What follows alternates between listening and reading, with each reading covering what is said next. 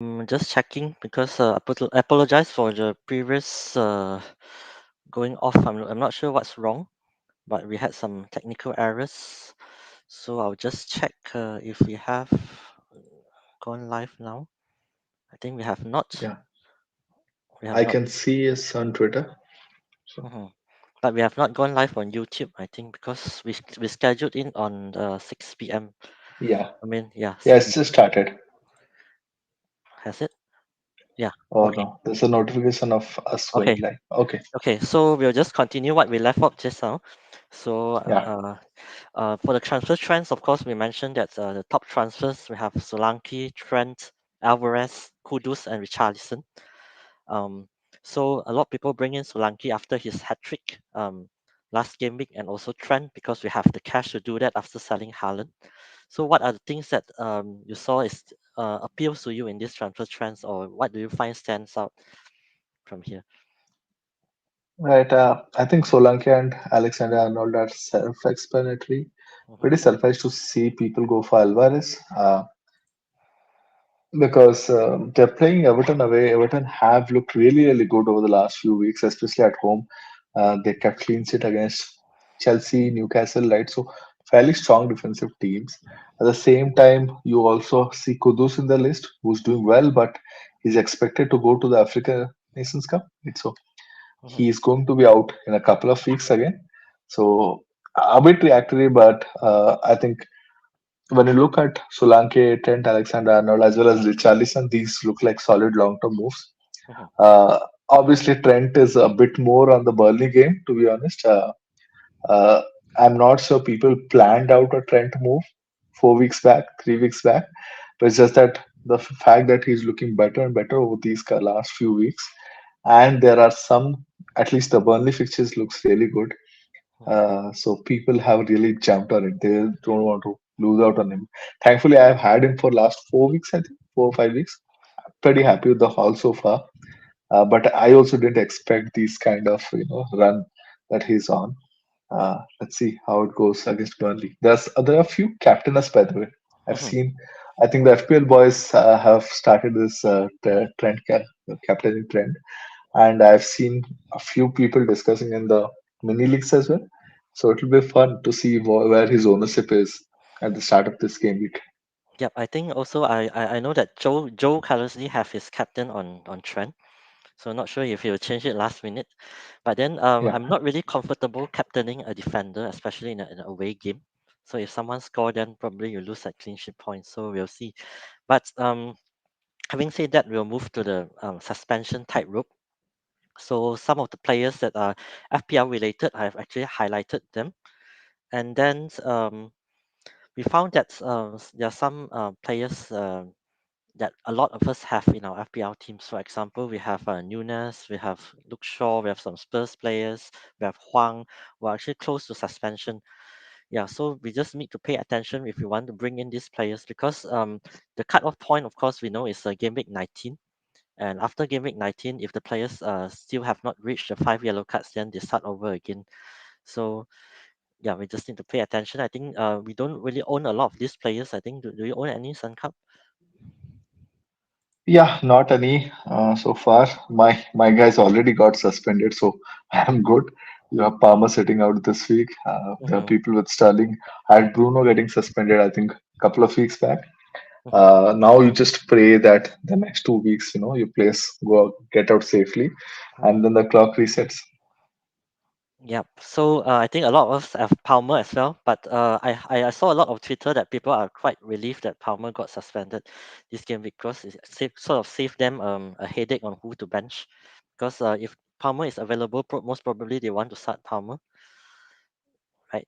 So probably they have someone like Bowen on the bench. You know, you do facing Man United, but Bowen is in form, so they some sort of struggling whether they want to bench Bowen or Palmer.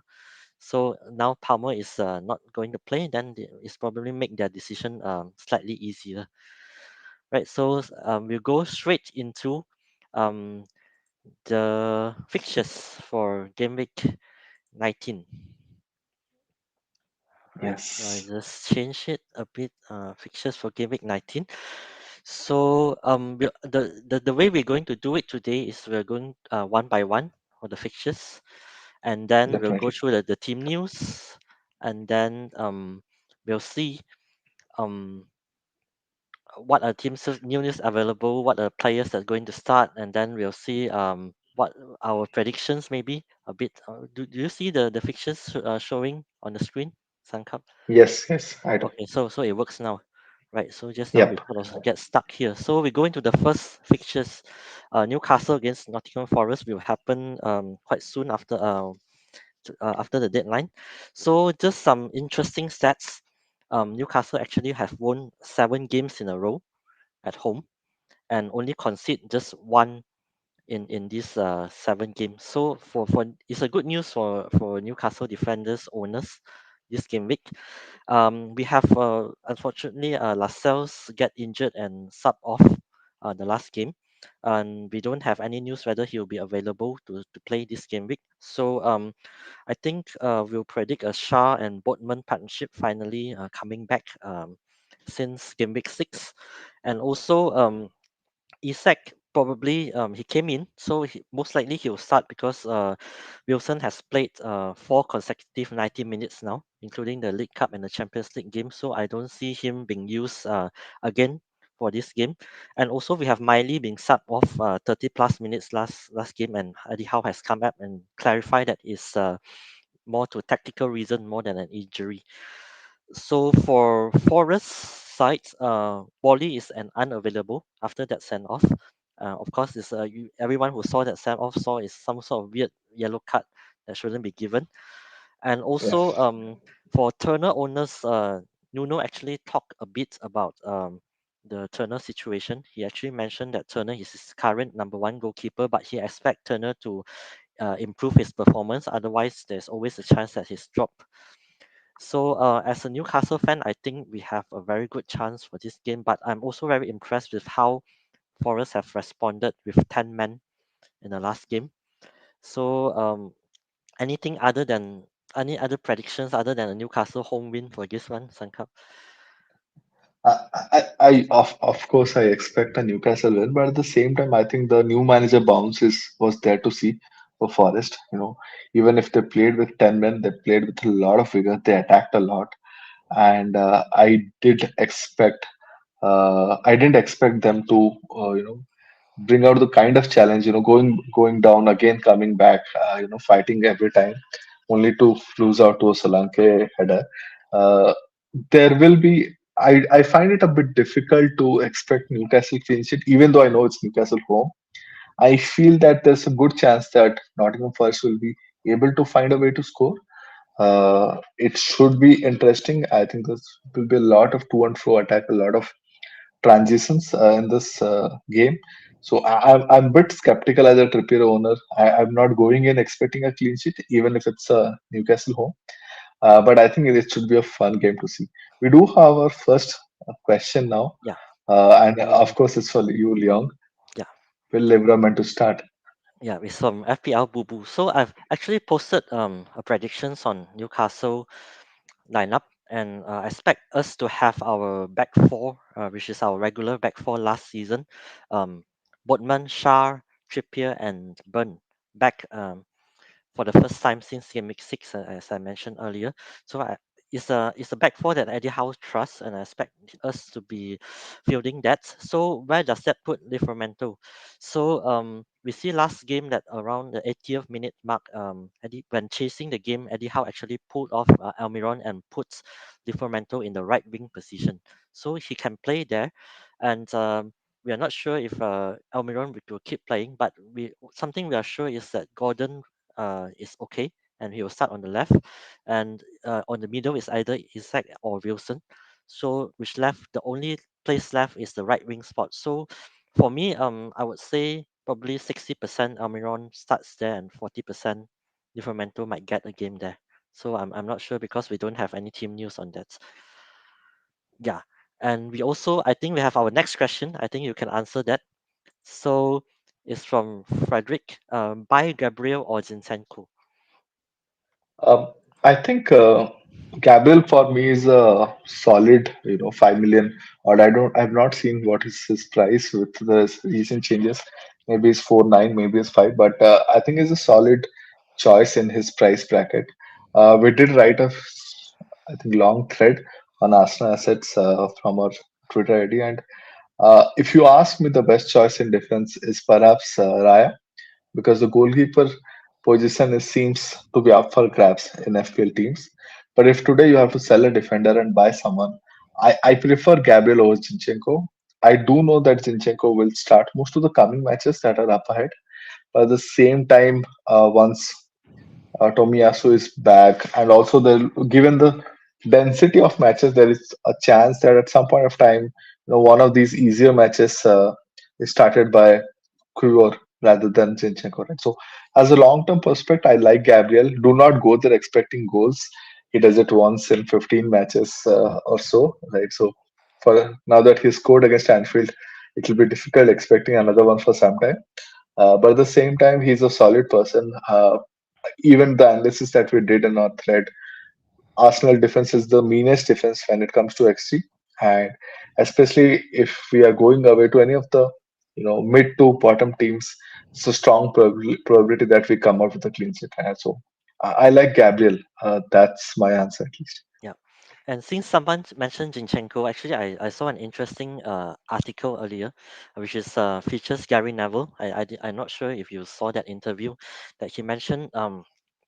Zinchenko's performance against Liverpool is actually terrible, and Salah actually his effort for that Salah goal, and actually he struggled the whole game against Salah, and he should be sub off.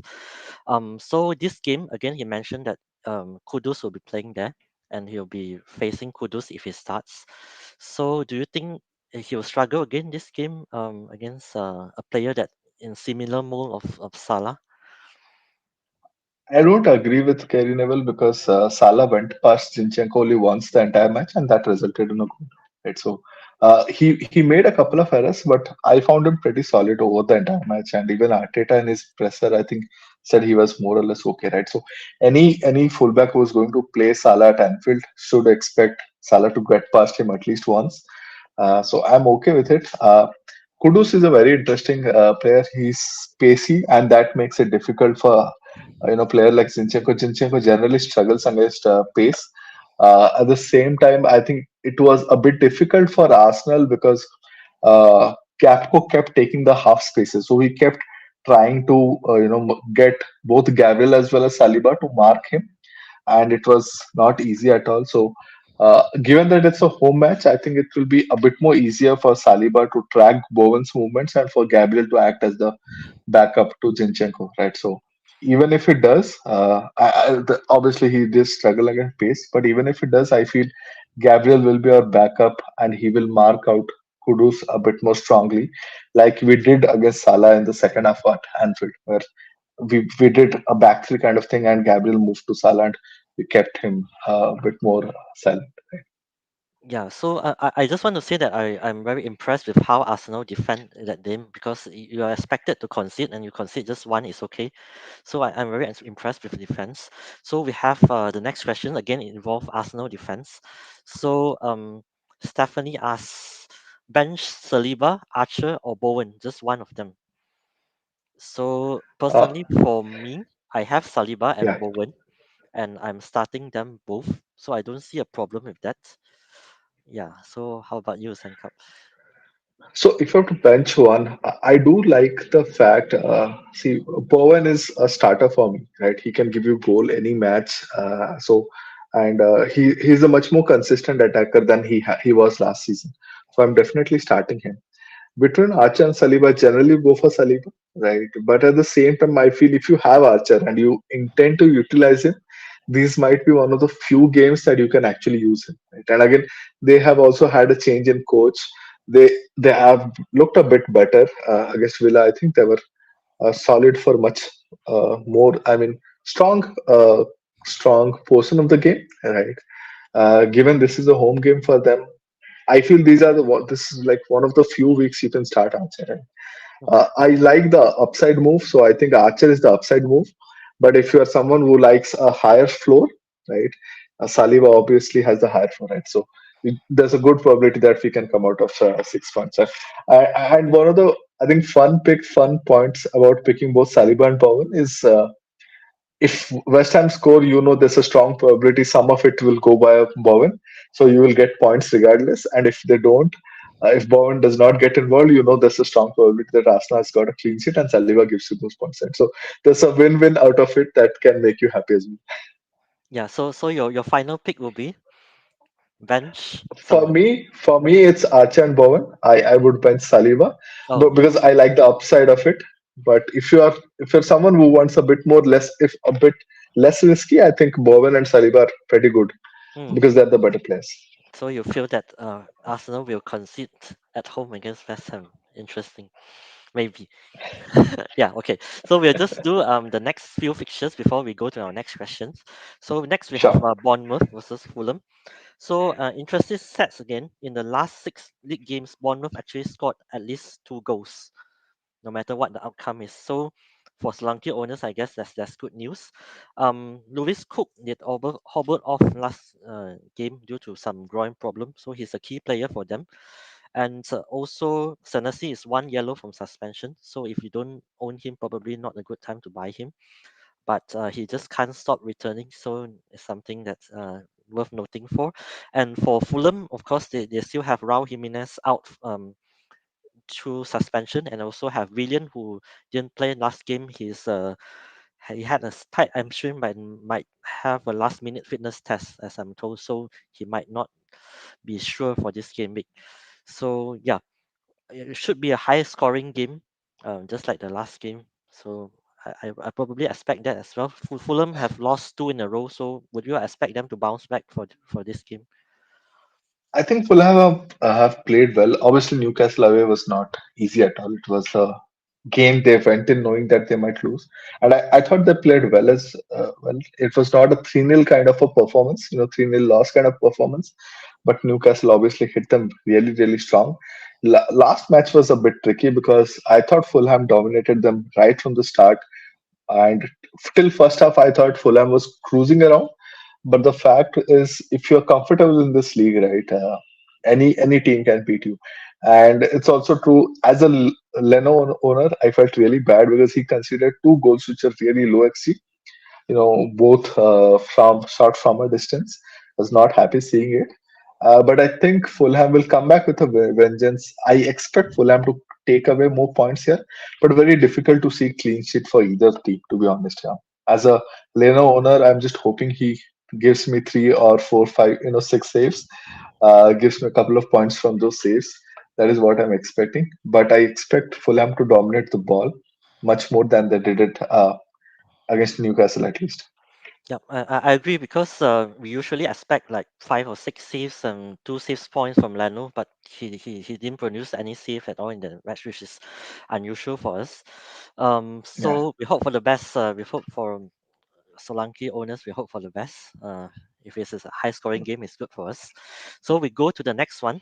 Sheffield United versus Luton, a relegation dogfight. I think the 3 point is it's like a 6 pointer for both teams. And then we have some news. Sheffield United have Bogle suspended after 5 yellow cards. So Wilder likes to play five at the back, so Baldock might be moved to the right wing back position if he continues with the back five. And for Luton, we're just quite impressed with what they did so far, especially in the midfield where we have the Buckley and Sambi Lokonga combination, which works really well for them so far. So, would you expect it to be a high scoring game or just probably a grind out nil kind of game for them? This one. I do expect goals from this Mm, match. I mhm, think both teams will go there wanting to take out 3 points, mhm, right? Because these are the games they can actually take out 3 points, right, and help them in the relegation survival. So it's going to be a very tricky match. I expect goals, but I don't think it will be a high scoring match because of the quality involved. Right? So they might carve out chances. I don't expect people to, convert a lot of them. And that's one of the reasons I'm going with Archer. I'm starting Archer in my team because I think there'll be chances for him to convert. Whether he does or not, it's difficult. At his price, I don't expect a lot from him. mhm. But this is one of those weeks where I'll put him in and hope for the best. Yeah. I'm just surprised how solid Luton was at the back, especially without their captain Lockyer. They still did a great job against Newcastle. We are not really even close of finding the equalizer against them. So I Yeah, expect him yeah. to be solid again at the back. So next, before Yeah, we go to Luton at home have been a bit different compared to away, right? away, So yeah, that's something we'll have to keep in mind. Luton at home has been a great performance for them.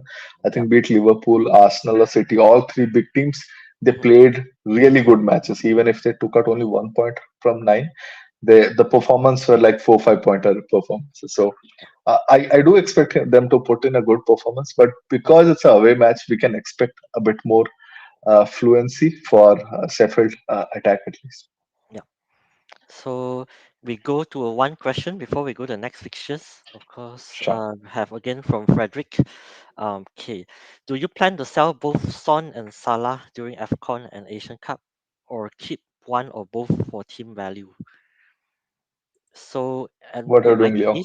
in my case, I won't be having Son because I'm wildcarding soon, and I feel that either one of Richarlison and Johnson can come in for Son. So not worth it to just wildcard Son in and sell him the next game week. But for Salah, I have a lot of team values on him, and I think I'll be selling. I think there's no point of keeping such an expensive midfielder on the bench, and especially we don't know how many game weeks he's out for. He could if Egypt reach the final, then he'll be out 21, 22, 23, 24. So there will be 4 game weeks. But if you look at the odds, Egypt are actually probably the fifth or sixth favorites to win the AFCON. So people are predicting them to bowl out in the quarterfinals. So Salah might be back sooner than we expected. So again, it's up to whether you expect him to be out 4 games, 3 games, or probably come back earlier. Yeah, for me, I'll be selling. How about you? Uh, uh, More or less, I think I'm selling Salah and funding it to get Haaland in. Right. And in my mind, Salah's replacement will be Richarlison, so I'll be taking the Sun. I'll keeping the Spurs attacker there, right? Uh, the only trick question for me is how good does Bowen look in this match? Because if Bowen looks good, he's my additional replacement for Sun. Right. So that's the only thing in my mind. I'm just holding myself a bit, primarily because I also know Kudus is going to leave Yeah. from West Ham, right, for the African Nations Cup, and that might impact the performance because Kudus has been playing so well for West Ham, right? So that's the reason I'm going to hold a bit. I think my first decision is going to sell Salah and get Haaland in, as long as I am aware that Haaland is going to start, which we are expecting him to by next match. Uh, and then for Sun, I'll take a call a bit later. I don't want to sell both, but I'm open to as long as we have good options, opportunities available. Because I'm chasing currently. I'm 2 million plus in my rank, so I still have a lot of ground to cover. And if someone is out there, and I know there'll be managers out there who will not be selling Salah or will not be selling Sun, I would try to utilize this, these couple of weeks, 2 3 weeks, and try and gain some momentum on them. Mhm. Right. So we move to Burnley versus Liverpool, and yeah, before we go into the questions, we see the records Burnley have this season at home is really not that good. In their 9 games they have at home so far, they actually lost 8 of them. So Turf Moor is no longer a fortress like they have previously under Sean Dyche. Just something good for them. They have a player called Odobert who actually have three attacking returns now in the past 3 games and costing just 5 million. I don't see a lot of people talking about him yet, so it could be an option if Burnley's fixtures get slightly better. And in terms of Liverpool, they have some injury problems as well. We know Simicas is going to be out for long due to a collarbone, broken collarbone, and also Diaz had a knock as well, and we are not sure if he is going to be ready for this game. So I see a lot of predictions saying that there will be a Nunes, Gakpo, and Salah starts for this game. So not sure if it will happen or not. But we'll go into a question from um, Apu Oof. Misha. So he's asking Simikas and Darwin out for Trent and Jesus -4. Yeah, that's the issue when you have Darwin, right? Every week you want to sell him, it looks like a week for him. it does look like this is a really really good week for Darwin Nunes, considering the fact that he's starting and Burnley consider a lot of the opportunities from the central areas, right? So if you ask me, I would say hold on to that move. You know, Jesus, I have Jesus a few, right from I think 4 5 weeks back, and he's giving me good returns every alternate week. This might be his week, but the ceiling will always be high for Darwin Nunes. Right? So if you've all if you've completely given up, uh, then hey, it's not a bad move to make at all. But logically, if you ask me, I would rather just do the Trent move and wait for how Nunes does this week. Irrespective of it, I think I will sell Nunes to Jesus next week perhaps, but this week I would like to see him out. This looks too attractive a fixture for me to consider selling him. Yeah, so as a Darwin owner, so I've owned him 2 game weeks ago, and he has given me two 1 pointer at his own home games. I even considered of captaining him. Luckily, I didn't. So in this game, I'm keeping Darwin, and I advise his owners to keep as well. Just give him probably one last chance. It's against Burnley, and probably he can do something he didn't do before this. So we have to see. So for me, my advice is to keep Yeah, Darwin, but then you have to do something with Simikas, right? So in his case, might be a bit different. yeah. Hmm. Simicast to Trent, I think you can get it Yeah, because Nunes and Jesus, I don't think you are gaining any money out of that move. yeah, So I think you can, if you can do Simicast to Trent, please do it.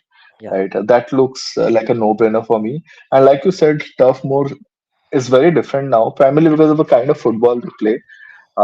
And I think this kind of football really helps Liverpool in the transition, right? So Liverpool is they look really really strong in the counter press against Arsenal, and Arsenal are now considered one of the best OP teams, and they really keep the ball really well. They look really strong out of the ball as well, without the ball as well. But Liverpool played really really good football. I think I was really obviously not surprised during its Anfield, but at the same time tactically they looked really sound, really strong. They knew what we are going to do, and they always try to negate it well, and they attacked in areas that they thought would trouble us as well, which we negated as well, right? So I expect a really strong result for Liverpool, and that's obviously one of the reasons that neither of us are in favor of selling Nunes.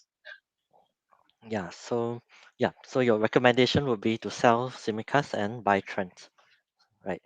Okay, so we Definitely. go to the next game. Man United versus Aston Villa. Unfortunately, Aditya is not here to answer for Man United, but I found an interesting stats, a very very interesting stats that Man United have not lost three consecutive three consecutive home games ever since 1962. So they have lost 2 consecutive games now at home. So will it happen for the third time and break history?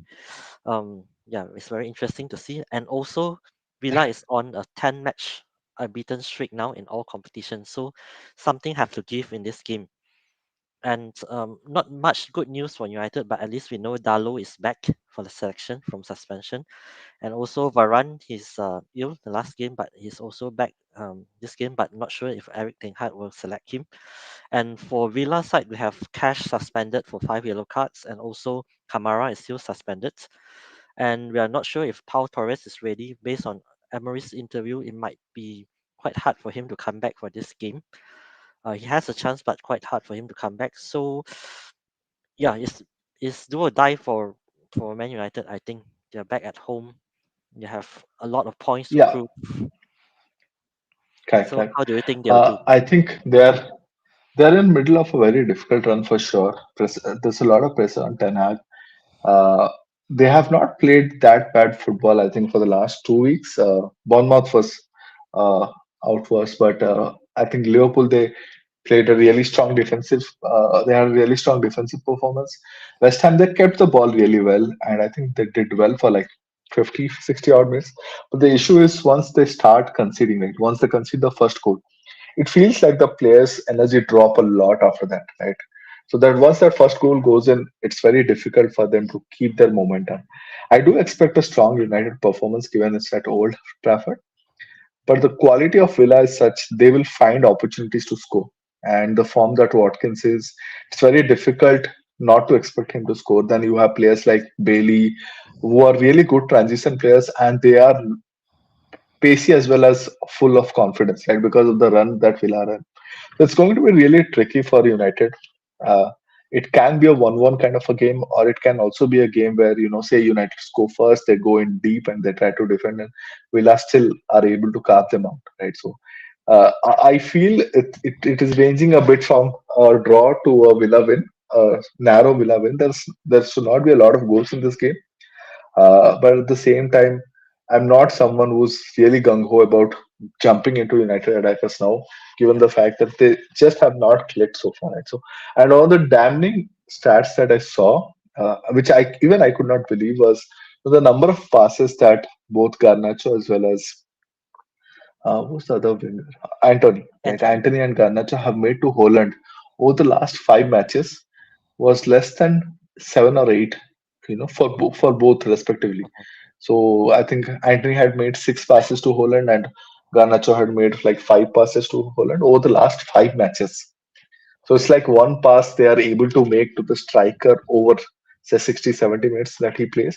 So that is the most troubling aspect of United attack is the forward is not clicking, they are not gelling in. So both the wingers, at least Garnacho goes for his own shots, he goes for it. Anthony plays mostly wide, so there's not a lot of opportunity that comes out in the central areas for them to score.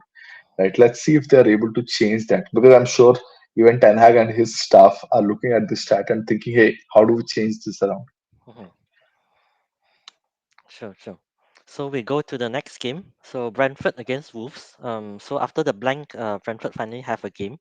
So they have lost their last three games in a row now, and they look lost without Mbomo. And Tony has yet to come back. Even if he come back, he we probably not going to play for Brentford again. We're not sure about that. So and we also have Ben Mee and Onyeka suspended. So things are not looking good for Brentford.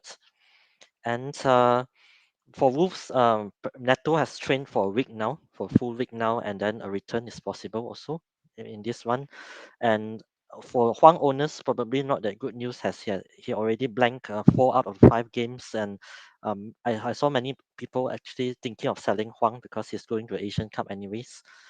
So it's going to be a cagey game, I believe, but Wolves are, I think, in high morale after beating Chelsea. So do you see them winning this one again? Uh, I feel Wolves' attack is struggling a bit. Initially they were on a good run, but the numbers have come down.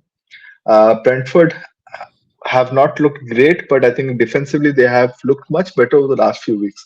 So I feel tides are turning both sides. I have Pinnock on bench. I do feel there's a probability that Brentford are able to see out Wolves and can even keep a clean sheet. Again, it should be a low scoring match, but I feel this is going to be a match where Brentford see out Wolves and take 3 points. Yeah. So I think I saw someone ask about our ranks again. I think we What get are this ranks? this Mo- question every Most difficult question. yeah. So we choose not to answer that, but I think we are on the upward trend. I think all three of us are on an upward trend. So maybe at the end of Yeah. season we'll answer Yeah. that. And yeah, we have another I said question. it Yeah. earlier in the episode. Anyways, Oh, I you said said it earlier in okay. the episode. Anyways, yeah. I think I was 5.5 million odd, Mhm, like 5 weeks back. But over the last 4 or 5 weeks, I've now made it a bit more respectable. I'm in 2.8 million odd, mhm. not at all doing anywhere close to my expectation. But I think I'm enjoying it a bit more, given the fact that some of my punts are coming good. Okay. So I can just answer that probably for me I'm close to the top 500K, but probably not that close to the top. That's all I can answer. So yeah, there's another question from FPL Jedi Show. So do you see a comfortable win for Newcastle? We have discussed this match earlier. I think Forest under Nuno has improved a lot. So I don't see us winning 4-0, 5-0 in this one. I think Sankalp agree as well. So I can see Yeah. Newcastle edge out by maybe winning 1 or 2 goals and also probably Forest scoring one maybe. So not really very comfortable win expected for us. Yeah. So Yeah, next we have I feel yeah. Forest will probe a lot, will Hmm. probe Newcastle a lot. Obviously, the quality of Newcastle defense is such they should be able to see them out Yeah. over the entire 90 minutes, but it'll be an uncomfortable win for them. Again, I do have a 2-1 feeling in my heart, but I don't Mm. know. Yeah, they actually went quite attacking the last game. They started Origi, Yeah, Gibbs White, and who's that guy? Elanga behind Chris Wood. So there's a four-prong attack. So I'm not sure if they'll do it this game. Probably not because they are away. Yeah. So someone actually answered ranks are irrelevant in my opinion. Shows such as this are just about listening to different opinions. Enjoyed it so far. So we are glad that it's helpful for you. Thank you very much for thank you so much. bumbling Yeah, aspect. Okay, I so we agree move a on. lot. Whenever I listen to FPL shows, right, it's primarily about what I think a game will go, Mhm. in which direction I think a game will go, and whether you have more or less people thinking in similar lines or not, right? At the end of the day, whether you can use that, gut, that opinion towards a particular player, that's up to you. But for me, the important part is, hey, do I have the correct sense of how a match will go, and what do people think about it, right? Yeah. Players ranked number one in the world probably can't give a sound advice as well. So it's I think it's up to how you analyze the game uh, rather than how you do so far in the game. So we have another Newcastle question. Does Burn got a good chance to start? So I've mentioned earlier, of course, I think we have our back four in Burn, Botman, Shah, and Trippier ready to start this game. So probably Burn over Livermore for me to answer Brandon Ong's question. And we go to Chelsea versus Crystal Palace as we only have around half an hour before the deadline. So we have to rush a bit. Yeah, So yeah. Chelsea, of course, we know Sterling and Palmer suspended, and also that there's a huge chance that Nkunku might be starting this one. But of course, they have reliable replacements. I think we have Madueke as well. We have Mudrik as well, who can stand in for Sterling and Palmer. So do you see Nkunku starting this one? And do you think it's a good idea for FPL managers to jump on him this early for the game? So I've been talking to a couple of close Chelsea friends, yes, who generally is in the chat as well. Uh, they are a bit skeptical. I think Pochettino in his last interview has said the same thing. Don't keep asking me about when these guys will start. He was speaking about especially about and Kuku, and as well as Lavia. Right, his point was very simple that these players have missed out a lot of training with the team, right, and he's going to give them chance to come in a bit slower. He is going to give them time to integrate because he understands that Chelsea are in a mess as well. He doesn't want to put that pressure onto these players who are going to debut for Chelsea, who are going to start, play the first matches for Chelsea. At the same time, coming after a long injury break. At the same time, given the fact that they're going to miss two players, it's a bit difficult. Going to be a bit difficult not to start Nkunku. Mudrik starts Mudrik takes, I think, Palmer's place, Mhm, or Mudrik takes Sterling's place. But does Nkunku finally get a start? Madueke has, I think Pochettino was really strong on Madueke just a couple of weeks back.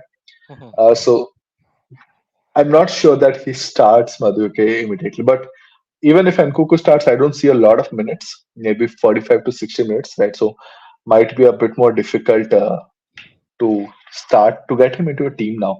It's a bit too early, right? yeah. Any So news you have heard, Leong? yeah, no. So we have no idea because there won't be any press conference, I think. So there won't be any leaks as well. Everyone is busy celebrating. So yeah, Yeah, okay. given the festivities, we still don't have much news. All we know is about the suspensions, and I even saw FPL Villa put out a post. Only thing I know is Cass is out for sure. And Yeah. so I don't think we are going to get much of leaks. All of us are going in blind. Just have fun. Don't worry. Okay. So Yash is mentioning that waiting for Brighton's first analysis will be fun. So we'll go towards it. I think we have one game before that, Everton versus Man City. So yeah, Man City, of course, Alvarez. I think it'll be the main talking point. Should you bring him in or not? As he actually scored twice in the final, I think, Cup World Cup final and also had an assist in that one. And also have Rodri actually suffered a bad tackle in that one, but he personally came out and said he'll be okay for this game week. So the players in doubt are just Doku, Haaland, and KDB in this one. So we don't really expect either of them to start. So and we won't have any news as well. So I think we'll just skip this one because we can't really speculate Yeah, what will happen, correct. right? I did see, Alex who shares news, who shares predictions on City start. And so I was just looking at his lineup from yesterday. Mm-hmm, He doesn't, he is not confident of Haaland or KDB start. For him, it's Alvarez on top, Grealish and Bernardo on both wings, and Foden playing a role as one of the number tens mm-hmm, alongside coaches. Right? So he's not expecting. He doesn't have a lot of confidence on defense. He's he's very cautious about a Guardiola start. One of the more popular FPL assets, but I think Walker, Diaz, Ederson, these guys are going to start for sure, and even Rodri is perhaps going to start, given the fact that he was more confident. mm-hmm, But I think Alex has a lot of sources. He does a lot of deep readings before he does his predictions. So mm-hmm. I will also not be very gung ho about Haaland or KDB start this week. Yeah. Uh, like I was saying earlier, Everton are a really strong team. Even against Spurs, I think there are a lot of opportunities that they created against Spurs. On any other day, they could have converted at least one more of that and taken a draw out of the game. Right? I really like the football that Soundice football team is showing this season. Mm-hmm, Even if earlier in the season they were underperforming a lot with respect to the metrics, I think now they are on target. And so I won't be in a hurry to bring in Alvarez. I would rather wait this week out and then see what Haran news is next week and then take a call. yeah. So I think Yash, a Chelsea fan, actually answered our question just now. And Kunku won't start. Posh is extremely precautious. Yeah. So I think a lot of Chelsea fans would feel that the same way as well. Okay. Yeah, So we yeah. move on to something he's waiting for. So do you have anything to add on Nkunku? No, No. nothing Okay. more to it. I think. Mhm. Yeah. So we go on to Brighton versus Spurs. So we know that Mitoma had a bad injury last game. We saw him on crutches. So he's even not even sure that he'll go to the Asian Cup or not. So it's an unknown factor. And also there's no returns from Brighton defense. So probably Igor and Hinshaw Wood will again play out of position on those fullback positions, which is not ideal. And then for Spurs, Richarlison was subbed off last game early. So Ange actually mentioned that it's just a precaution because he had some sort of sore back in training and it's nothing serious. So might be a relief for Richarlison owners. And Romero was also subbed off last game because he felt something in his hamstring. So yeah, might be something to By the way, we are getting a bit of early news yeah, now. I please think tell me. NUFC will. He just shared that Isaac is expected to start and Wilson will be benched this week. Yeah, so So, it's like you predicted, yeah, live predicted. Yeah, exactly like you predicted, yeah, four because consecutive starts followed by a bench. yeah, Wilson can't keep running 90 minutes for 4 games in a row because eventually he'll break and then Eddie Howe will lose another striker again, so he won't risk that. Yeah, And so even Lascelles has been benched, it seems. yeah, so we'll have a Shah and Botman centre back partnership back again, I think. So far the Yeah, predictions yeah. have been quite correct. And then yeah, so what do you think? It'll be a high scoring game again. Both teams will be going all out to attack. And we have Udogi back also just from suspension. So I think Brighton will score definitely. Spurs will score as well. Yeah, so probably a very close game for this one. See, generally, I like these kind of fixtures for Sun captaincy because there's a lot of moments or opportunities for transitions, which Sun generally loves, right? At the same time, I think while Brighton have not been on a great run, they have put in some good performances. Even against us, it was not not a bad performance at all. Arsenal was just playing too well. Given the fact that this is a home game, I expect a tricky match for Spurs.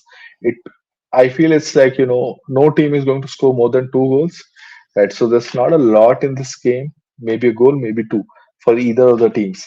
Right, so it feels a bit tighter match than generally I expect from a Spurs versus Brighton, and that's the reason I'm holding back on a Sun captaincy myself.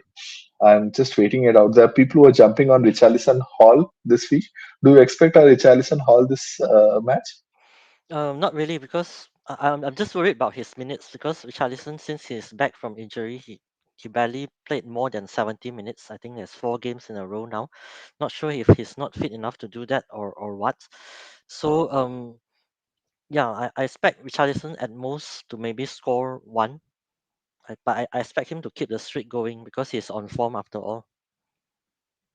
Yeah, yeah. Yeah. Jesus scored, but he scored off a set piece corner. I don't remember Jesus getting a lot of opportunities in the central areas, but I do remember Saka having a free run, right? So I think Brennan Johnson, if he's able to carve out those spaces like Saka was doing and put in the right ball, then someone like Richarlison or Son can be at the end point, end of these passes, cutbacks, and score. Yeah. I'm just really worried about for Brighton because they have so many injuries, and then they have two key players, Mitoma and Adingra, actually going for the cups. So eventually you will have no players left for them to play.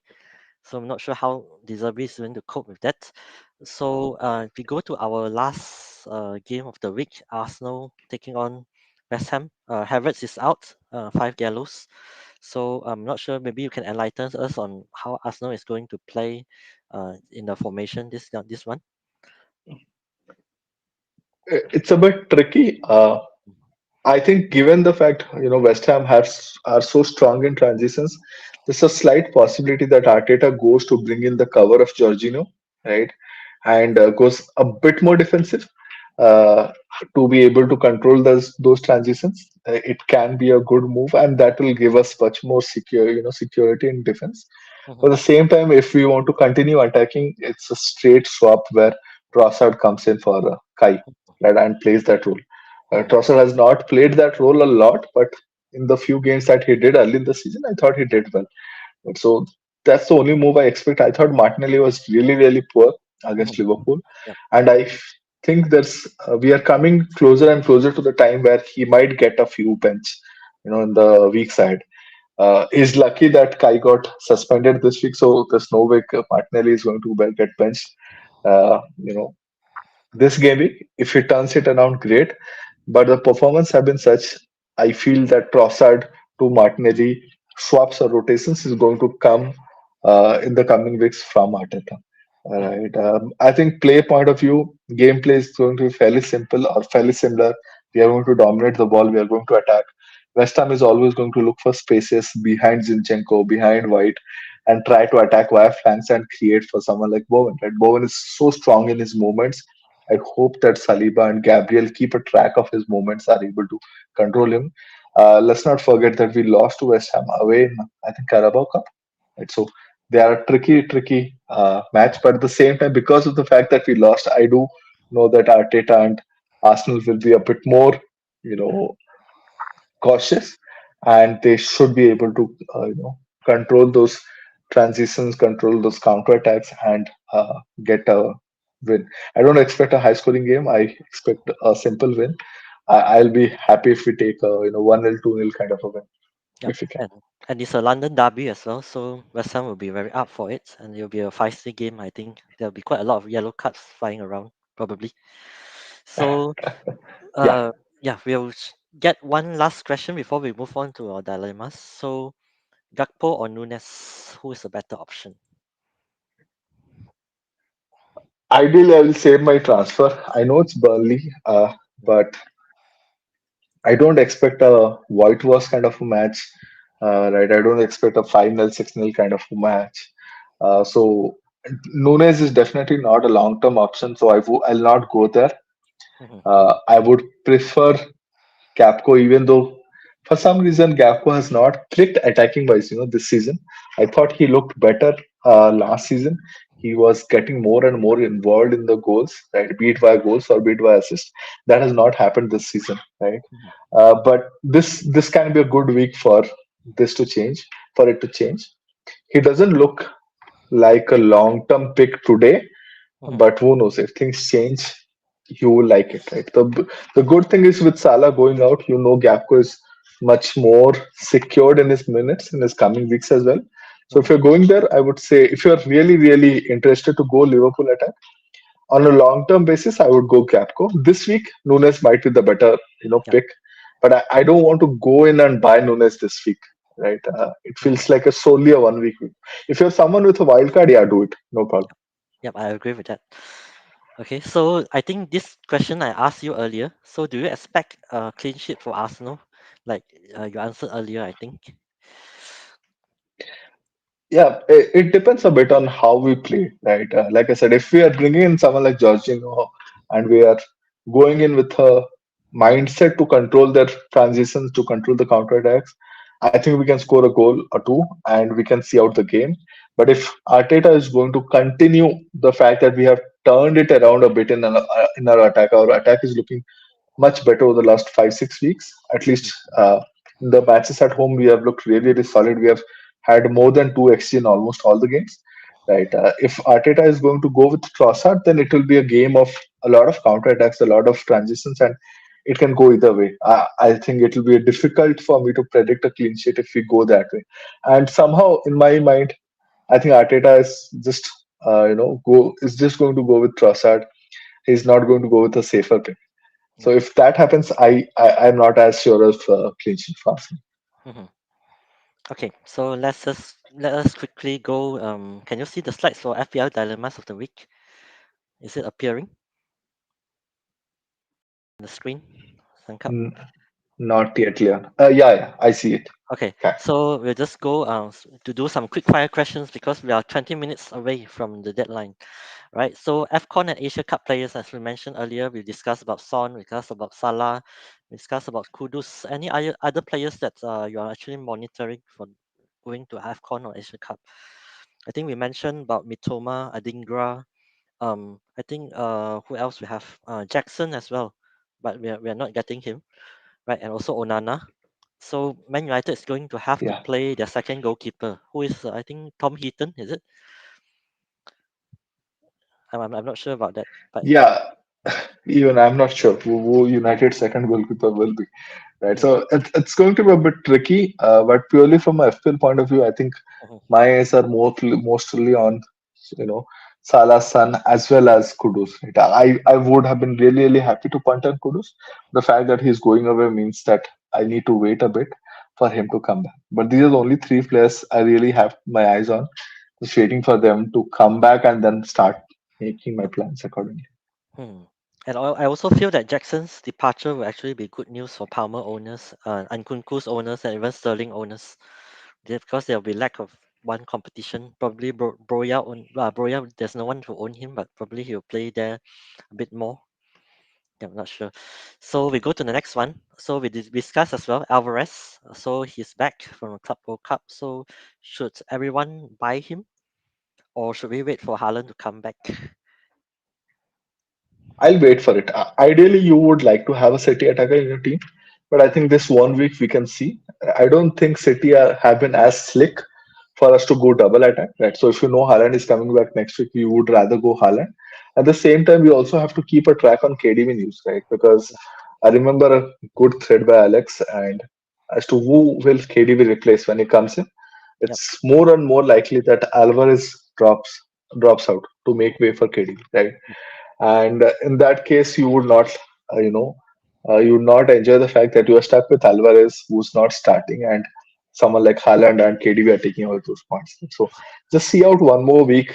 We will have Pep Presser, who doesn't give out much, but we'll have more news around it at least. Yep. So if I have to pick one City asset, I would probably pick Foden more than Alvarez for long term. So we have a Yeah, long question from Bradley. So he's posting his entire team here, asking that should I roll or sell Iwobi onto another mids? 11.5 million in the bank. So means he haven't spent any of the hardest money. yeah. So I would again actually look at Trent, Colville to Trent, which Chelsea have not looked defensively. They have considered a lot over the last few matches. So mhm, I would rather do a upgrade in defense, they could put that money on Trent. I'm most happy about it. I know a lot of people are not, but if I have to do something, I would do that. I won't sell Iwobi. I feel this is a match which has goals in it. Fulham Yep. versus Bournemouth. I think Mhm. both teams can score. So I would, while I'm not a huge Iwobi fan, Mhm. because of the fact that you have him, I would rather play him this week. Yep. It depends on how much you trust Chelsea to get a clean sheet in this one. Most likely, a lot of people don't. So I think it'll be a good move, Colville to Trent, or you just want to keep the money and roll it and see if Haaland comes back next game week. That might be a good move as well. Okay. Yeah. So there's another question.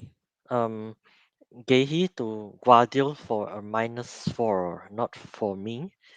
Not really keen on getting any City defenders. I don't think there's any consistently starting City defenders other than Walker this season. Yeah, And yeah. Guardiola, I Cu- don't think cup he has a lot of attacking potential as well. Right. Yeah, yeah. Couple of things. One is, while Alex has predicted a Guardiola start, he's Mm-hmm. done it with 55% certainty, so he's not very sure about it at all. It's almost 50-50 for him. At the same time, I think Everton at home are going to score. They're not the team to sit back anymore. They're going to be a team which is going to, try and harass them. And Pep struggles a bit against, these kind of teams. And so I would say sit. At least it's not worth it over a hit. Keep that transfer, plan it next week. Even if it's the same week, even if it's the same move, I think it might give you better results next week rather than this week over a hit. Okay. So we quickly go to the next one. A very key question that happened last week. A lot of people captain Watkins, and many of us do not own Solanke. So what do we do now for Solanke non-owners and also Watkins owners? I would say hold Watkins and get in Solanke. I think a short and quick answer.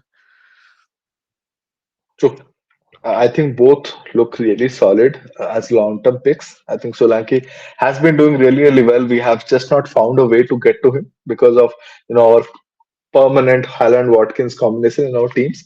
But the fact that now we have a place and we have been able to include him. He's looking really good. Bournemouth are looking to play with him to him, right? And even if they are unable to get the ball through to him, you have seen them put those tall long crosses, and I think he had two superb out of the world headers.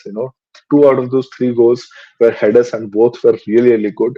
He's a guy on form. I would really bring him in. Yep. Watkins captain us. I feel this might be a better week to captain Watkins, that there'll be opportunities. United will have to attack them at home at Old Trafford, and Watkins should be able to find a way to score. But at the same time, you see that there are better options there, right? Be it Salah, be it Son. So I'm not overly keen of a Watkins' captaincy this week, but he's definitely not a sell for me. Mhm. Okay, so the next one, I think we discussed a lot about Chelsea. They have been in shaky form, but a lot of promising fixtures. So we discussed a lot about their players. Um, just that I think I got a lot of questions that saying should we buy Colville or is Colville nailed? Should we buy Gusto?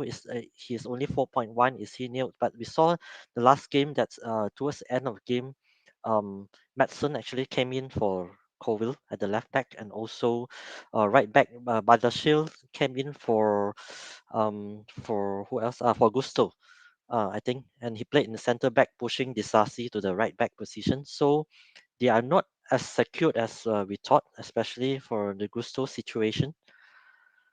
So any Chelsea defenders that Yeah, you really like at the moment? I don't think so, right? nah, nah. I think we still don't have a first XI from Pochettino. Right, and the fact that you have players like Nkuku, etc., coming in means he has to relook at his defense and restructure it in a different way, perhaps. Right, so that team is still going through restructuring, and I would rather wait it out than jump on a defender. And especially Chelsea do not look solid in the defense at all. Badiashile looks really, really nervy in most matches that I've seen him. And I would stay clear at least for some. I know fixtures look good on paper, but it's just not as good on the when we see them play. Right? Yeah, yeah. So the next one as well, we discussed a lot earlier. Do we go back to big at the back? Because right now, if you want to buy Trippier and Trent, you can do that due to Haaland's money, but it will cost you 15.2 million to own both of these players. So do you think long term wise people should do this or just short term move, bring in both and then see how it goes? I do have both, and I did it like few weeks back, so it's not a recent move for me. Mhm, And I feel at some point of time you will have to decide whether you want Salah, Son, Haaland, or you want Haaland, Son, and two of these two defenders. You cannot get all five, right? So the yeah. good news is next 3 weeks we will not have two of these prime assets. So Mhm, it's a easy move for me next 3 weeks. Even if fixtures don't look good, I think these players are good enough to, you know, create those opportunities, get one of those assists, and get bonus points. Both Trent and Trippier, I think, lead the BPS for the respective teams, right? Especially if the score is nil-nil. So I would be happy getting them in on a short-term basis. Then it's up to you to decide who do you want to sacrifice. Given the forms, Haaland has been, I would be okay sacrificing him to keep these two, but I don't think that form continues. Right, with KDB coming in, things will change, and so you have to be a bit fluid. Thankfully, the next 3 weeks are easier for us. 3 4 weeks once Salah and Son are out, but we have to reassess, and maybe we use the wild card to reassess. Right? mhm. So I'll have to stop you because I need to answer. You need to answer one question as we are close to deadline. So Darwin to Nkunku Yeah. advice from South Africa. Okay, so we have a viewer from South Africa. So do you Welcome expect? to welcome, Yeah. man. Right.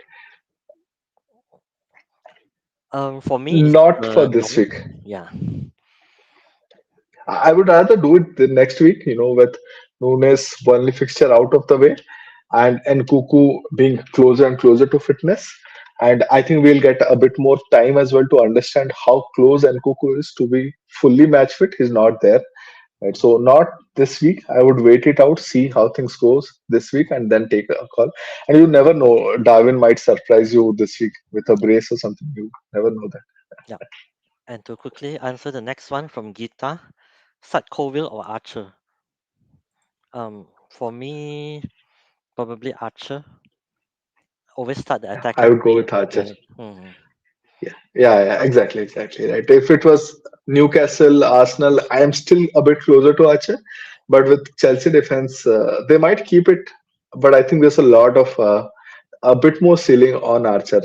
Right. There's a probability. It's a new team. It's a new coach. There's some changes happening, and they're playing Luton at home. It's a fixture you would like to attack. I like to attack this fixture. Yeah. So we go to the next dilemma. We have answered this earlier. Should we keep Darwin? I think if you have him, just keep him for this game week and see what happens. If you don't have him, then don't rush in and buy him. This one. So the next one, we also discussed Richarlison. Are we convinced that he's a must buy, or do we go a cheaper Brandon Johnson? I'm really I interested in think. Brandon Johnson for now, right? He's Yeah, looking good. He's looking on form. The Spurs attack helps Brennan because the Spurs attack is a attack on pace compared to Nottingham Forest, where he did not always get these kind of opportunities. But the pace really helps Brennan Johnson. But of the two, I really like Richarlison because I think he's the main man, right? So even if Brennan Johnson is going to create, more or less he's going to create for Richarlison. Right? yeah. So the end point helps. And with Sun out of picture, he's going to be purely the main mandate. So he looks, Richarlison looks a bit more long term pick for me. I can easily take him and think that, hey, if Spurs go score, there's a good probability that it comes via Richarlison. Mhm. And also, I think a lot of people are wondering that who will be taking the penalties once Son is gone. So, I think during the Should be the interview, striker. Ange just mentioned that Madison, Son, and Richarlison are his top three penalty takers. So without Madison and Son, probably Richarlison should take that. But Brandon Johnson took those at Forest as well. So yeah, we don't know. Kulusevski took a few as well. So they have a lot of potential penalty Yeah, takers.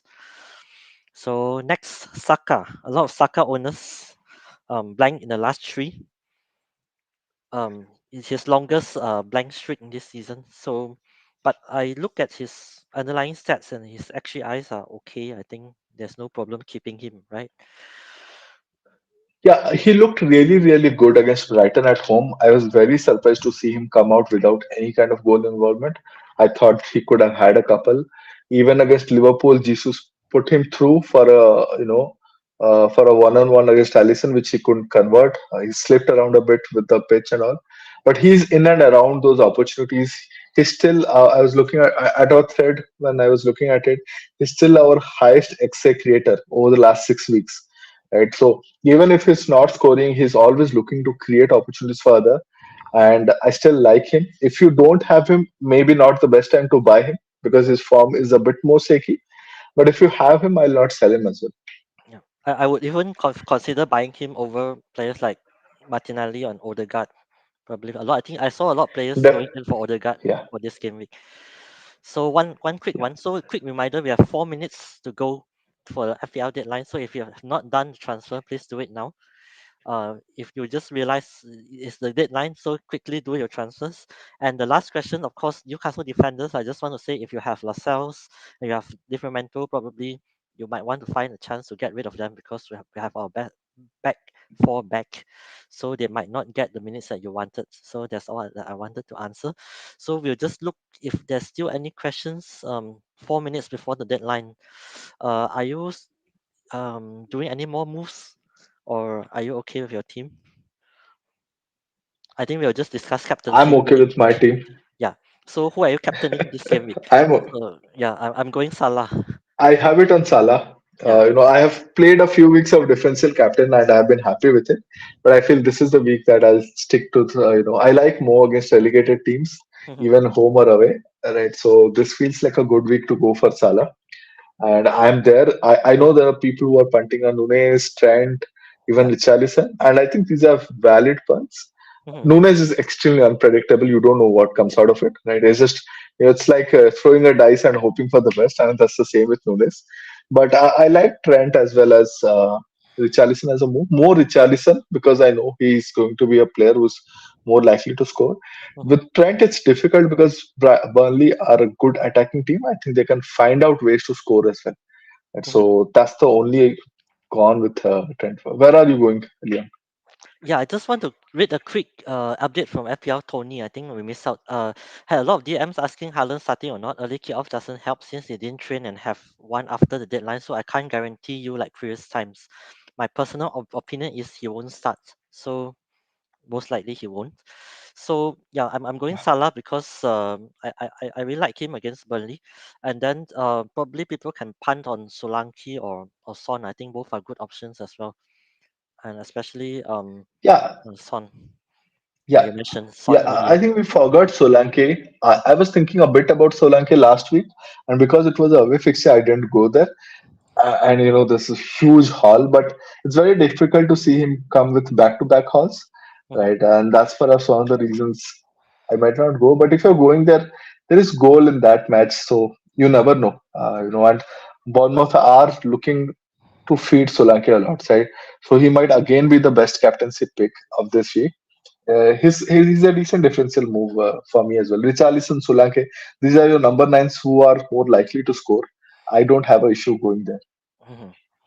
Okay, so we are 1 minute, exactly 1 minute away from the deadline. So I think there's nothing much we can do now. So we can just wait and then Yes. hope for the best. So while waiting, we just look at probably your team. So any moves that you made this week, you actually wrote your transfer, right? Yeah, it's been some time, and I thought, hey, let me finally roll my transfer. It is more in preparation of getting Haaland back. If I'm getting him back, great. If he is not fit, then not. But I'm also playing Archer this week, so let's hope that he again gets some returns. I have Pereira as well, where I punted. Let's see. He looked really terrible in the last match, but I'm hopeful that he looks a bit more in form this week at least. Mhm. Yash was saying, I'm offended Darwin isn't on the screen as captaincy pick. Yeah, No so one has the balls to do that. so you just look at my team. I have Darwin, but I'm definitely not captaining him. So just hoping for the best from him. because I'm definitely wildcarding next game week because I'm not doing it now. So I have my wildcard, and the last game week, if for those who don't know, the last game week to use your wildcard one is game week 20. So if you have your wildcard, just hit it after the deadline, then you can just play around with your team. Yeah, yeah. Yeah, I think we have the deadline now. yeah, we have the deadline. So I think yes. Perfect. So yeah, we just reach the deadline in time and finish discuss everything that we want to talk about. So Yeah, for those that are listening, thanks for listening to us today. We really appreciate your support, and just please follow us on YouTube, uh, Instagram, Twitter, X as well, and also hopefully we'll be back for game week 20 for deadline stream. Hopefully we can do it because we haven't have it planned yet so far. And before we go, anything you want to say to the listeners? Maybe I just want to say Merry Christmas, Happy New Year, enjoy the holiday, and hope you have a green arrow this week. Anything from you, Sankap? yeah. Just enjoy the holidays. I just hope everyone, just put in that like button. I hope we are recommended more and more by YouTube algorithm to new FPL managers. It's always fun. Always fun, getting those questions in, trying to give our best input. So if you guys like what we are doing now, just put it that like, if possible, share it with your friends, and that would help us a lot. Yep. So I think that's all for today, and see you in the next live stream. Thank you, everyone.